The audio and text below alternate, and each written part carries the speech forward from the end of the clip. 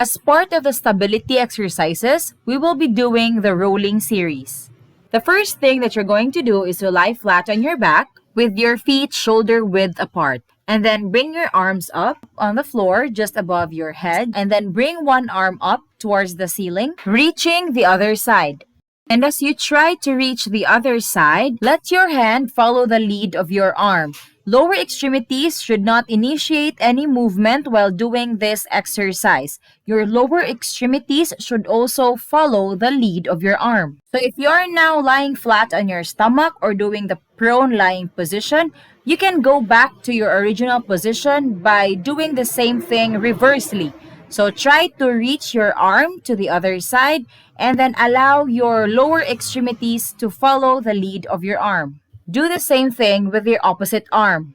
Rolling exercises are great for strengthening your core and increasing flexibility. And since rolling on the floor strengthens your core and increases your spinal stability, as a result, your movements are bound to improve. You will be more in control of your muscles and the way your body moves. It can also improve your coordination between your lower and upper body, which gives you an improved balance. Better coordination means that you will also get better at running exercises. Basically, rolling exercises help your body open up so that it's not stiff, and in the process, you're also making it less prone to injuries.